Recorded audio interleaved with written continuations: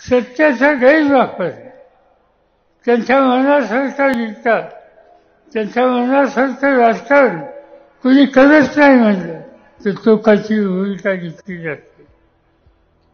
महाराष्ट्रामध्ये वंची म्हणजे असे वंची तुरुंगात टाकले. आज या ठिकाणी राऊत साहेबांचा विचार आपण ऐकला. त्यांनी आपल्याला लेखी नाही, सरकारच्या चुकीच्या धोरणावर प्रहार केला, त्यांना तुरुंगात टाकले. आणि देशमुखांना तुरुंगात टाकले. आज झारखंडचा मुख्यमंत्री त्यांच्या विचाराचा नाही, त्या मुख्यमंत्र्यांना तुरुंगात टाकलं. दिल्लीचे मुख्यमंत्री केजरीवाल त्यांना आज नोटीस पाठवल्या, त्यांना तुरुंगात टाकायची नाही. त्यांच्या मंत्रिमंडळातले 3 मंत्र्यांना तुरुंगात टाकले.